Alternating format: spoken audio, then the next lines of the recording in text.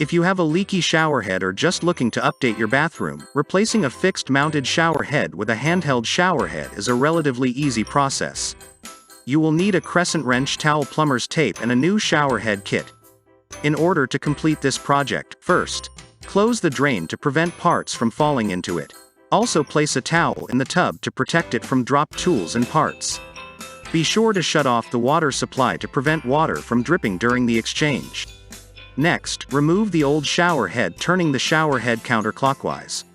If this can't be done by hand, use a crescent wrench, being careful to not scratch the finish.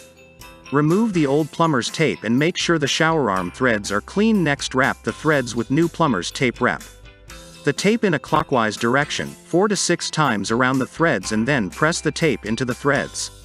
Now it's time to install the new handheld shower head. First, screw the handheld shower mount onto the shower arm and tighten by hand, but be careful to not over-tighten this connection. Connect the flexible shower hose to the mount and to the shower head following the manufacturer's instructions.